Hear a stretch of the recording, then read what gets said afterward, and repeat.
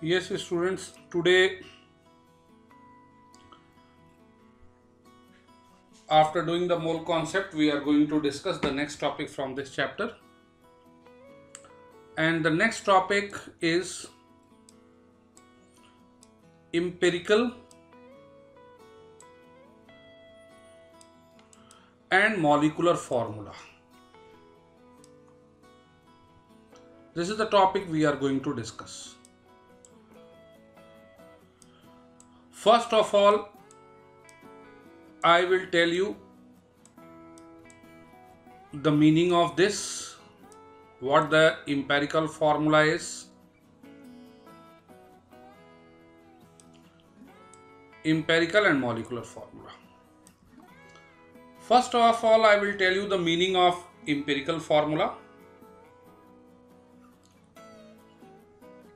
as well as the meaning of molecular formula, and thereafter we will discuss how are they calculated.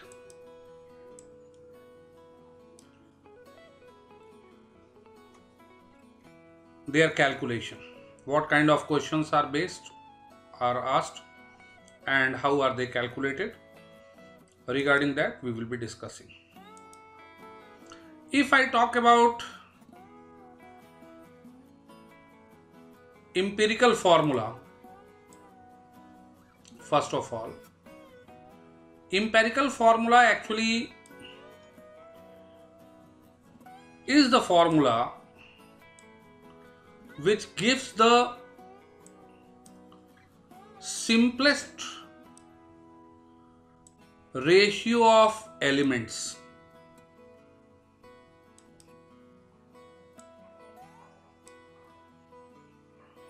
It gives the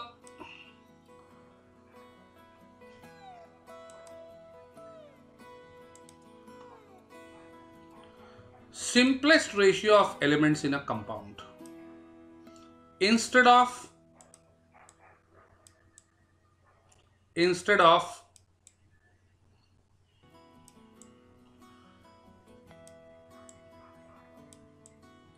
actual number of atoms in a molecule, माने actual number ना बता के atoms का, instead of actual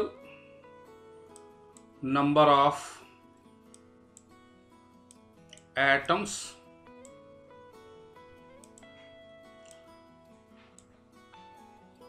in a molecule, let me right this one also. ये मैंने नहीं लिखा है, लेकिन कंप्लीट करने के लिए I am writing this so that you also must write. जैसे एग्जाम्पल बताता हूं. इथीन एक कंपाउंड है, मॉलिक्यूल है. इथीन में कार्बन और हाइड्रोजन दो तरह के एलिमेंट हैं, और इथीन मॉलिक्यूल में कार्बन के 2 एटम होते हैं और हाइड्रोजन के 4 एटम होते हैं. अब कार्बन और हाइड्रोजन के जो एक्चुअल नंबर ऑफ एटम्स हैं वो हैं 2 और 4 in the molecule of ethene. लेकिन इथीन में कार्बन और हाइड्रोजन के एटम्स का जो सिंपलेस्ट रेशियो हुआ, एक्चुअल रेशियो तो है 2:4, लेकिन इसको सिंपल करें तो सिंपलेस्ट रेशियो हो गया 1:2.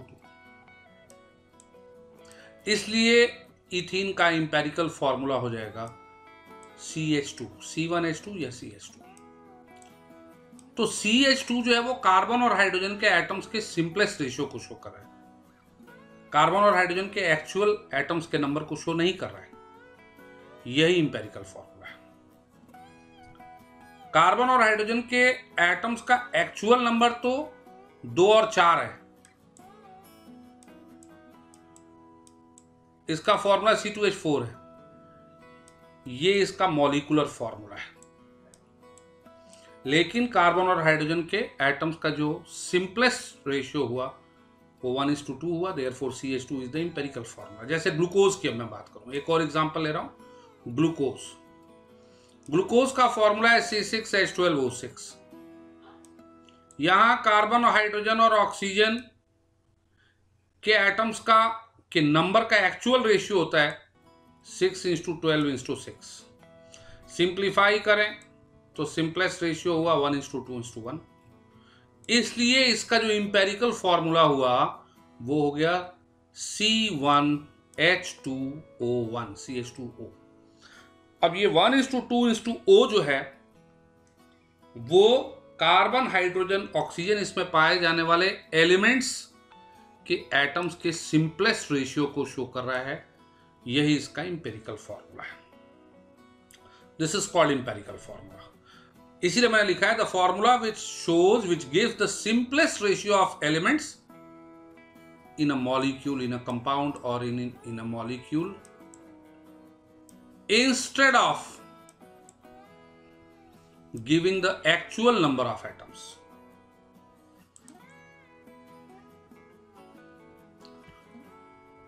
Understood?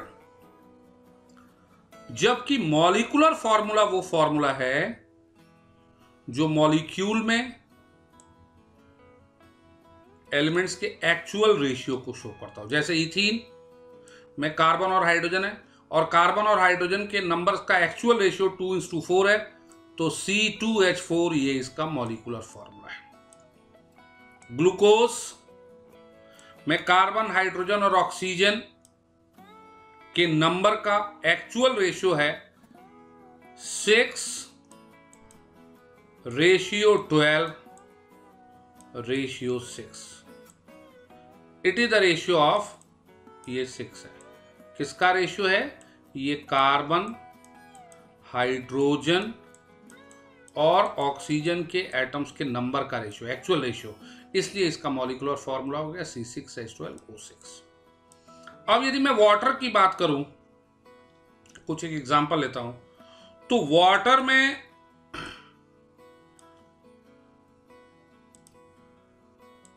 H और O, वाटर का फॉर्मूला H2O है।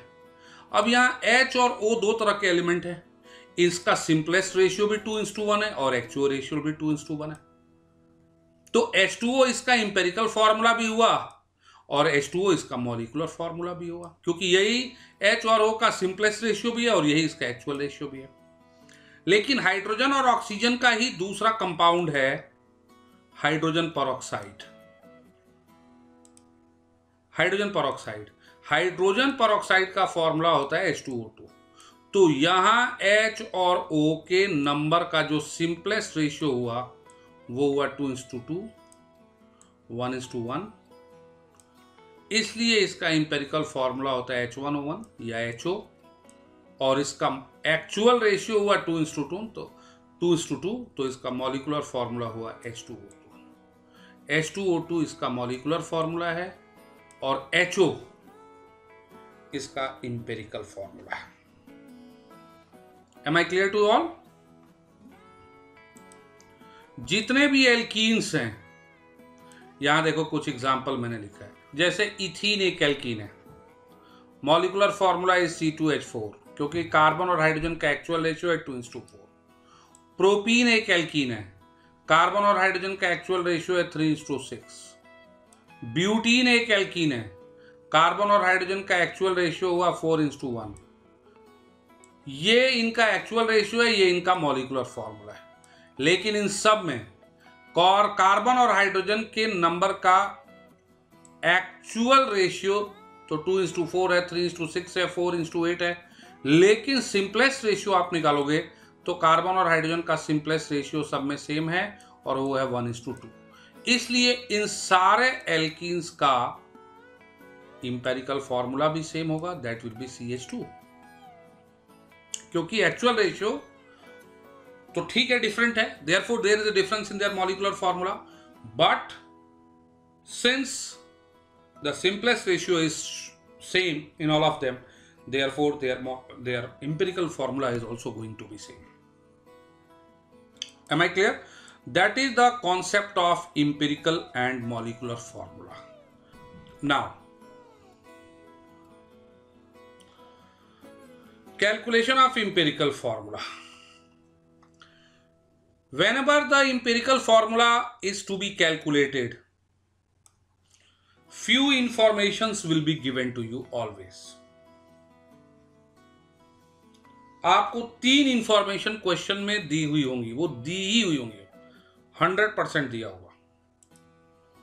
फर्स्ट इंफॉर्मेशन जो दिया होगा क्वेश्चन में, that's the topic calculation of empirical formula. Empirical फॉर्मूले का कैलकुलेशन। पहली चीज क्वेश्चन में जो दी हुई होगी वो होगा कि उस कंपाउंड में एलिमेंट कौन कौन से हैं। दूसरी चीज दी हुई होगी उन एलिमेंट्स की परसेंटेज। और तीसरा दिया होगा जो आपको पता भी होगा, शायद हो सकता है ना भी दिया हो, because student most of the time they know, element का एटॉमिक मास। मैंने दो चीजें तो दी हुई होंगी, एलिमेंट्स और उनकी percentage. With the help of an example I will explain you how the empirical formula will be calculated. ये एक एग्जाम्पल लिया। क्वेश्चन है a hydrocarbon consist of 75% carbon and rest hydrogen. Find its empirical formula. इसके आगे question mark है, बताओ empirical formula इसका क्या होगा। If atomic mass of carbon given है 12, हाइड्रोजन है 1, AMU। U का मतलब AMU। सिंपल एग्जाम्पल मैंने लिया है, लेकिन जो कॉम्प्लेक्स एग्जाम्पल भी होंगे उनमें भी ये चीज होगी ही होगी। कार्बन 75% है, बाकी हाइड्रोजन है, इसका इंपेरिकल फॉर्मूला लगाओ। बताओ क्वेश्चन सॉल्व करते समय आपको टेबुलर मेथड यूज करना है, which is the easiest way to find the empirical formula. You have to follow the tabular method। माने एक टेबल बनानी है आपको जिसमें 5-6 कॉलम्स विल बी देयर। 5 से 6 कॉलम होंगे, चाहे सवाल कॉम्प्लेक्स हो सिंपल हो, ये इंफॉर्मेशन दिए ही होंगे यदि इंपेरिकल फॉर्मूला निकालना है तो, और यही तरीका आपको फॉलो करना है, टेबुलर मेथड। एक कॉलम में आप लिखोगे सीरियल नंबर, दूसरे कॉलम में आप लिखोगे एलिमेंट्स, एलिमेंट कौन कौन से हैं, तीसरे कॉलम में लिखोगे आप इनकी परसेंटेज, चौथे कॉलम में लिखोगे आप इनका एटॉमिक मास, पांचवें कॉलम में परसेंटेज को एटॉमिक मास से आप डिवाइड करोगे, परसेंटेज अपॉन एटॉमिक मास करोगे to get number of mole n, और 6 कॉलम में आप निकालोगे सिंपलेस्ट रेशियो। तो इस तरह से टोटल 6 कॉलम्स हो गए, 6 कॉलम की टेबल बनेगी।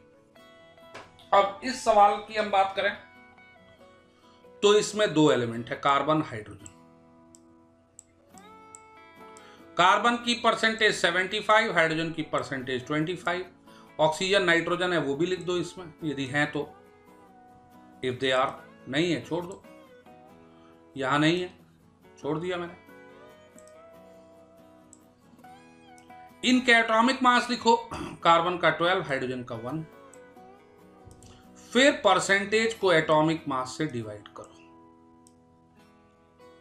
75 डिवाइडेड बाई 12, 25 डिवाइडेड बाई 1, तो यहां नंबर ऑफ मोल आ गया 25, यहां नंबर ऑफ मोल 75 को 12 से डिवाइड करोगे 6.25। यहां आपको कोई राउंड ऑफ नहीं करना, जो एक्चुअल वैल्यू आ रही है वही लिखना है, कुछ भी नहीं करना, जैसा आ रहा है वही लिखना है। तो अब हर एलिमेंट के नंबर ऑफ मोल्स आ जाएंगे on dividing the percent by atomic mass. अब आपको निकालना है सिंपलेस्ट रेशियो। सिंपलेस्ट रेशियो निकालने के लिए व्हाट विल यू डू, जो नंबर ऑफ मोल्स में स्मॉलेस्ट नंबर आया है उससे सबको डिवाइड कर दो। जैसे यहाँ पे एक एलिमेंट का नंबर ऑफ मोल आया 6.25, दूसरे का है 25।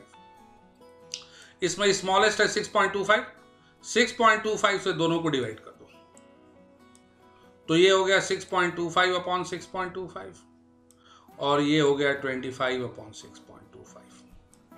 6.25 अपॉन 6.25 ये हो गया 1, 25 अपॉन 6.25 ये हो गया 4।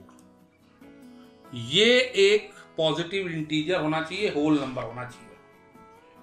ये जो नंबर ऑफ मोल आया ये फ्रैक्शन में नहीं आना चाहिए। हो सकता है 3.9 आए तो उसको हम 4 कर देंगे, हो सकता है यहां 1.1 हो 2.1 हो तो 2 कर देंगे। यदि मान लो यहां आ गया 1.5 और यहां आ गया 2, अब आप कहो कि अब इसको कैसे हम राउंड ऑफ करें। सर ने बोला था कि इसको होल नंबर में लेना है, तो यदि 1.5 और 2 इस तरह का नंबर आ रहा है तो आप इन दोनों को 2 से मल्टीप्लाई कर दो। 2 से मल्टीप्लाई करोगे तो रेशियो जो है वो हो जाएगा 3, यहां हो जाएगा 3, यहां हो जाएगा 4, तो रेशियो हो गया 3:4। That's what you do. आपको 1.4 आ जाए क्या करेंगे, 1.6 आ जाए क्या करेंगे। इस तरह का नंबर नहीं आना चाहिए, होल नंबर ही आएगा। यदि इस तरह का 1.2, 1.6, 1.5, 1.5 में तो मैंने बता ही दिया, 1.7 इस तरह का नंबर आ रहा है, 2.7, 0.7 इस तरह के नंबर आ रहे हैं, इसका मतलब या तो डेटा गड़बड़ दिया है क्वेश्चन में या आप गलत कैलकुलेशन कर रहे हो, कुछ न कुछ एरर है। तो इस तरह से कार्बन और हाइड्रोजन का सिंपलेस्ट रेशियो हो गया 1:4, देयरफॉर इसका इंपेरिकल फॉर्मूला हो गया CH4। That is how you will find the empirical formula of any compound by tabular method. Element लिखो, परसेंटेज लिखो, परसेंट को एटॉमिक मास से डिवाइड करो, so that you can get number of mole. Number of moles में जो smallest number आया उससे सबको डिवाइड कर दो, तो सिंपलेस्ट रेशियो आ जाएगा, और सिंपलेस्ट रेशियो आते ही you will be able to get empirical formula. Am I clear? That is how the empirical formula is calculated. यदि मान लो थोड़ा कॉम्प्लेक्स कंपाउंड होता तो हो सकता है एलिमेंट इससे ज्यादा होते, कोई दिक्कत नहीं है। Same methodology is going to be followed, same methodology, there will be no difference at all. Now we will come to know how to find the molecular formula. वो मैं आपको बताऊंगा कि मॉलिक्यूलर फॉर्मूला कैसे निकालते हैं। Our topic is calculation of molecular formula. ये एक एग्जाम्पल फिर लिया मैंने, दिस इज एग्जाम्पल।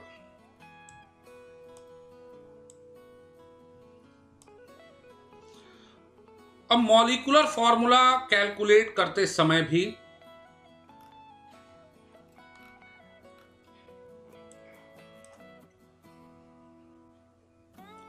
कुछ इंफॉर्मेशन आपको दी हुई होंगी।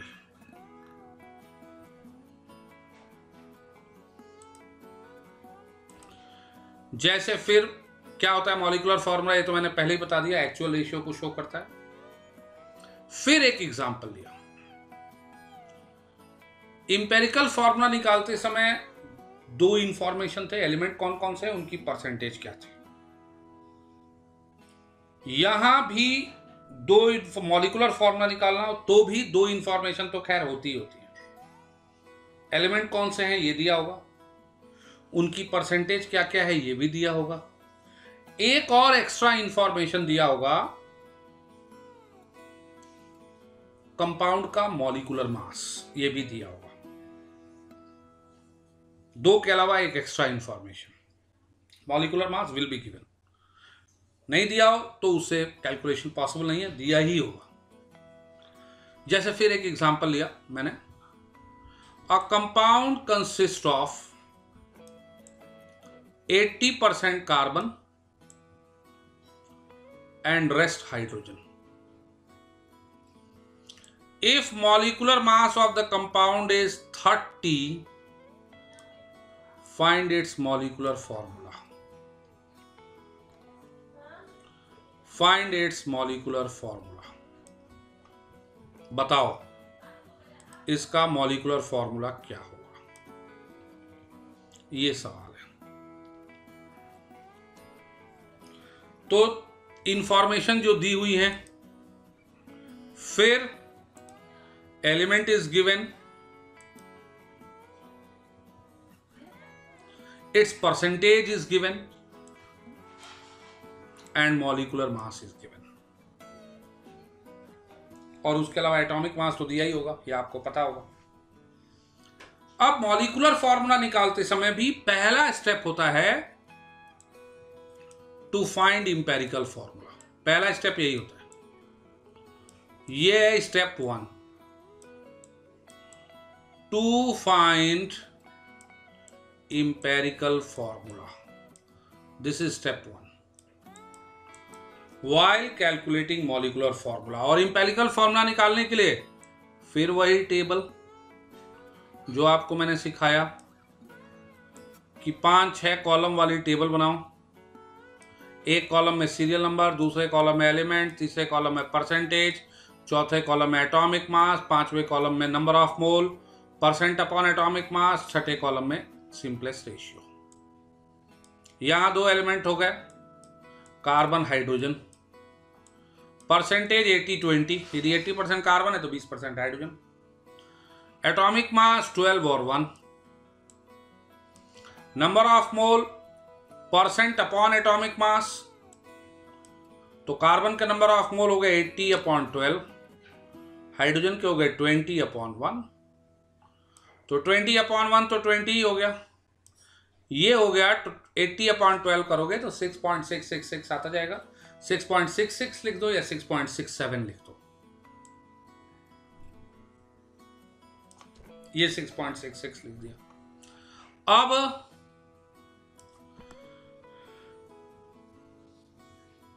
सिंपलेस्ट रेशियो निकालने के लिए जो छोटा है, जो सबसे स्मॉलेस्ट है नंबर ऑफ मोल, उससे डिवाइड करते हैं, जैसा कि मैंने पहले बताया।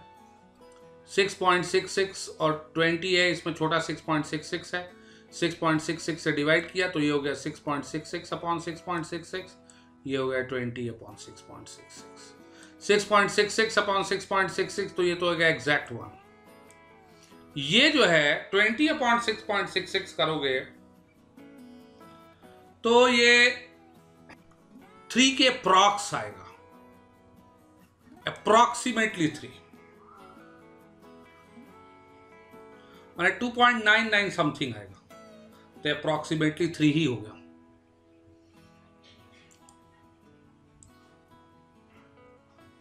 इसलिए कार्बन और हाइड्रोजन का सिंपलेस्ट रेशियो हो गया 1:3,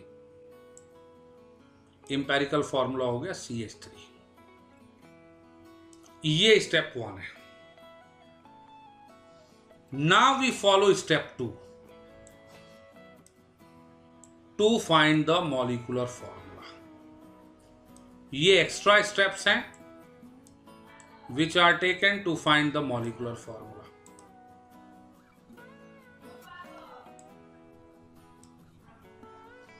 और while following the extra step, step 2, empirical formula आ गया CH3। अब हम निकालते हैं empirical formula mass. Empirical formula में एक कार्बन 3 हाइड्रोजन है, तो ये हो गया 12 प्लस 3 हाइड्रोजन हो गया 3 × 1, इंपेरिकल फॉर्मूला मास हो गया 15। फिर हम एक इंटीजर निकालते हैं n। n रेशियो होता है मॉलिक्यूलर मास और इंपेरिकल फॉर्मूले मास का। मॉलिक्यूलर मास क्वेश्चन में दिया है, कितना है 30, और इंपेरिकल फॉर्मूला मास इज 15, तो दोनों का रेशियो हो गया 30/15, इट्स 2। ध्यान रखना है जो n की वैल्यू आएगी ये भी एक पॉजिटिव इंटीजर होगा, होल नंबर होगा, होना ही चाहिए। यदि नहीं है, फ्रैक्शन में आ रहा है, उसको राउंड ऑफ करो। बहुत ज्यादा डिफरेंस है, राउंड ऑफ करने लायक नहीं है। 2.2, 3.2, 3.3, 3.4 आ रहा है, इसका मतलब कहीं ना कहीं गड़बड़ है, नहीं आएगा।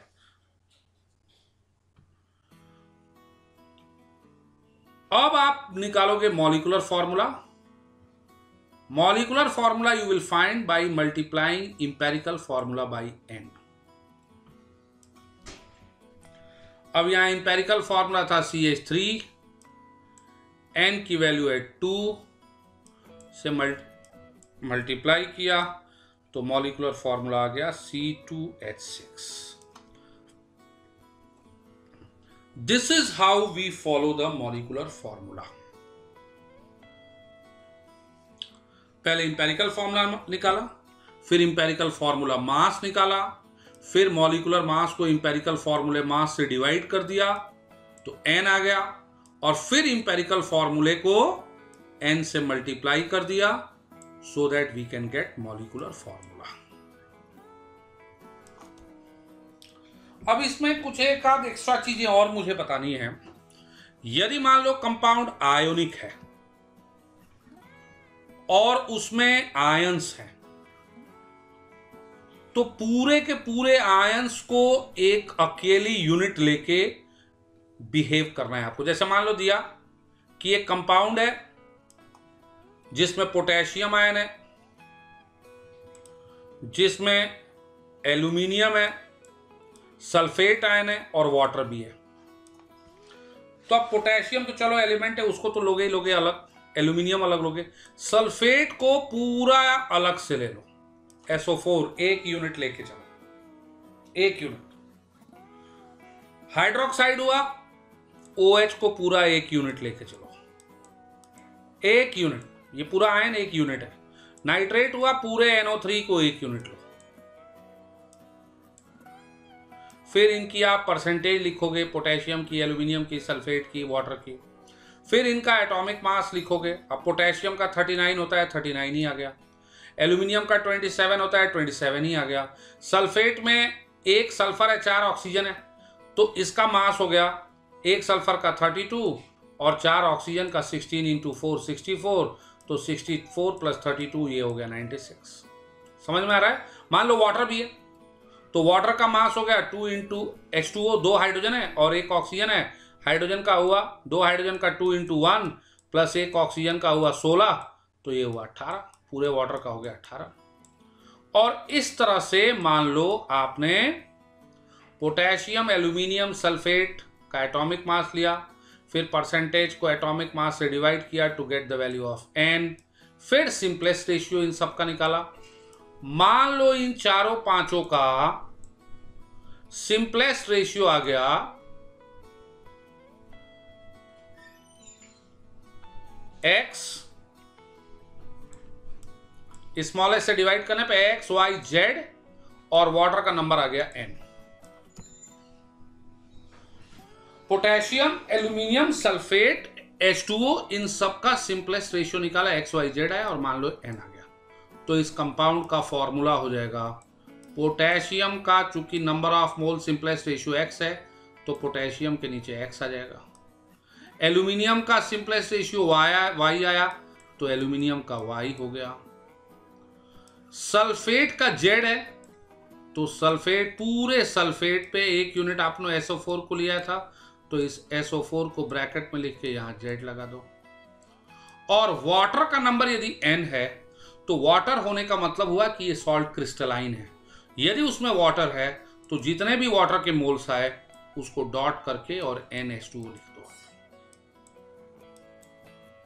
जैसे मान लो कॉपर इंस टू सल्फेट इंस टू वाटर, ये 3 है सॉल्ट में पाए जाने वाली, ये 3 चीजें हैं और इन तीनों का रेशियो मान लो आ गया, आपने number of mole, simplest ratio सब निकाला और सिंपलेस्ट रेशियो आ गया मान लो 1:1:5। तो इस सॉल्ट का फॉर्मूला हो जाएगा CuSO4.5H2O। This is the formula of copper sulfate crystals, CuSO4.5H2O। आपने वाटर का स्पेशल फॉर्म पढ़ा है लास्ट क्लास में। इस स्पेशल फॉर्म ऑफ वाटर को बोलते हैं water of crystallisation. That is how you will find the molecular formula और फॉर्मूला ऑफ अ कंपाउंड। अब इसमें लास्ट चीज जो मैं बता रहा हूं, देखो क्वेश्चन कोई भी हो, एलिमेंट दिया ही होगा, परसेंटेज दिया ही होगा। यदि मान लो टीचर जो है इस क्वेश्चन को थोड़ा सा कॉम्प्लेक्स बनाना चाहता है, तो कॉम्प्लेक्स बनाते समय टीचर के पास एक ऑप्शन है, ही और she may not give molecular mass directly. जैसे यहां दे दिया मॉलिक्यूलर मास 30 है, ये आपको डायरेक्टली नहीं दिया। क्वेश्चन है यार, जो क्वेश्चन बनाने वाला है मॉलिक्यूलर मास के साथ गेम प्ले कर सकता है, अदरवाइज एलिमेंट उसको बताना ही पड़ेगा, एलिमेंट की परसेंटेज भी बतानी पड़ेगी। हालांकि परसेंटेज में भी गेम खेलना चाहे तो गेम खेला जा सकता है क्वेश्चन के डिफिकल्टी लेवल को और बढ़ाने के लिए, लेकिन जनरली एलिमेंट होता है, परसेंटेज होता है। मेन जो रोल प्ले होता है वो मॉलिक्यूलर मास के साथ होता है। Molecular mass may not be given directly, दिया तो होगा but may not be given directly. Now if the molecular mass is not given directly, then what to do. उसके 2-3 ऑप्शन हैं, वो मैं आपको वो भी बता दे रहा हूं ताकि आपको किसी भी लेवल की कोई प्रॉब्लम नहीं है while attempting the questions। Molecular mass directly न देके, यहां पे मैंने दे दिया कैलकुलेशन ऑफ मॉलिक्यूलर फॉर्मूला है, molecular mass may not be given directly, यहां लिख दिया है मैंने कि हो सकता है सवाल में मॉलिक्यूलर मास डायरेक्टली नहीं दिया हो। तो क्या दिया होगा? 2-3 केस हैं। First case, instead of molecular mass the vapour density can be given. अब क्या होती है वेपर डेंसिटी, ये मैं अलग क्लास में आपको समझाऊंगा, वो एक पूरा एक क्लास का मैटर है। बट यहां पे मैं यही बताऊंगा कि यदि मान लो मॉलिक्यूलर मास न देके वेपर डेंसिटी दिया है, तो मॉलिक्यूलर मास जो है ट्वाइस ऑफ वेपर डेंसिटी के इक्वल होता है। ट्वाइस ऑफ वेपर डेंसिटी कर दो, आ जाएगा मॉलिक्यूलर मास। या कई बार क्या होता है कि मॉलिक्यूलर मास डायरेक्टली न देके कुछ लीटर का मास दिया होगा एसटीपी पे। जैसे मान लो दिया कि एक गैसियस सब्सटेंस है जिसमें नाइट्रोजन है, हाइड्रोजन है, इतना % नाइट्रोजन, इतना % हाइड्रोजन। यदि उस कंपाउंड के x लीटर का मास m है एट एसटीपी, तो उसका मॉलिक्यूलर फॉर्मूला बताओ। तो कंपाउंड में नाइट्रोजन दे दिया, हाइड्रोजन दे दिया, उनकी परसेंटेज दे दी, एटॉमिक मास पता ही है, तो इससे कंपाउंड का इंपेरिकल फॉर्मूला आ जाएगा। अब मॉलिक्यूलर फॉर्मूले के लिए आपको you must have an idea about the molecular mass. Molecular mass directly ना देख के दे रखा है कि एसटीपी पे एट एक्सटीपी x लीटर कंपाउंड का मास m ग्राम है। अब आपको पता है एसटीपी पे 22.4 लीटर जो है वो 1 मोल के बराबर होता है। तो यदि x लीटर का मास m ग्राम दिया है तो आप 22.4 लीटर का मास निकाल लो। 22.4 लीटर का मास, यदि x लीटर का मास m है, m ग्राम है, तो 22.4 लीटर का मास हो जाएगा m/x इंटू 22.4। ये 22.4 लीटर का मास है एसटीपी पे। 22.4 लीटर का मास है माने 1 मोल का मास है, माने यही इसका मोलर मास है। जैसे यहां दिया mass of 10 litre of a compound at STP is 40 gram. तो एसटीपी पे यदि 10 लीटर का मास है 40 ग्राम है, तो 22.4 लीटर का मास कितना हुआ? 40/10 इंटू 22.4। अब 22.4 लीटर का जो भी मास होगा वो 1 मोल का मास होगा, माने यही इसका मोलर मास है। यूज कर लो। या कुछ मॉलिक्यूल्स का वेट दे दिया, जैसे इस कंपाउंड में दे दिया कि भाई एलिमेंट है, कार्बन है, हाइड्रोजन है, ऑक्सीजन है, नाइट्रोजन है, ये है, वो है, वो है, बहुत सारी चीजें दे दी, परसेंटेज ये है, इनके एटॉमिक मास ये है। बताओ इतने मॉलिक्यूल का मास 32 ग्राम हो, 32 ग्राम हो, तो उसका मॉलिक्यूलर फॉर्मूला बताओ। तो यदि इतने मॉलिक्यूल का मास 32 ग्राम है या जो भी है, आप Na मॉलिक्यूल का मास निकालो। Na मॉलिक्यूल का जो मास आएगा वो 1 मोल का मास होगा। इतने मॉलिक्यूल का मास 32 ग्राम, तो Na मॉलिक्यूल का मास हो जाएगा 32 अपॉन 3.01 इंटू 10 के पावर 22 इंटू Na। ये इतने मॉलिक्यूल का जो मास आया ग्राम में, यही 1 मोल का मास होगा और यही मोलर मास होगा। Am I clear? ये तरीका है, this is the way, this is the option, these are the option to make the question indirect. Vapour density can be given, vapour density को 2 से मल्टीप्लाई कर दो, ट्वाइस ऑफ वेपर डेंसिटी हो जाएगा, वो आ जाएगा मॉलिक्यूलर मास। कुछ litre का वेट दिया एसटीपी पे, आप 22.4 लीटर का वेट निकालो, वो उसका मोलर मास हो जाएगा। कुछ मॉलिक्यूल का मास दे दिया, आप Na मॉलिक्यूल का मास निकाल लो, वो हो जाएगा मोलर मास। तो इस तरह करके आप मॉलिक्यूलर मास निकालोगे, मोलर मास आ जाएगा, और मोलर मास से इंपेरिकल फार्मूला के हेल्प से you can find the molecular formula. ऐसा नहीं है कि दिस इज द एंड, काफी सारे कॉन्सेप्ट्स मैंने बता दिए हैं। आप वर्कशीट अटेम्प्ट करोगे, अभी भी प्रॉब्लम आएगी, मैं चाहता हूं आप वर्कशीट सॉल्व करो, और जो प्रॉब्लम्स आए उनको हम डिस्कस करें while solving the worksheet. But more than 90% of the concept required to solve every aspect of the question based on EFMF. Now you are in condition to solve. You are mentally prepared to solve that kind of question, whatever be their level. किसी भी level के सवाल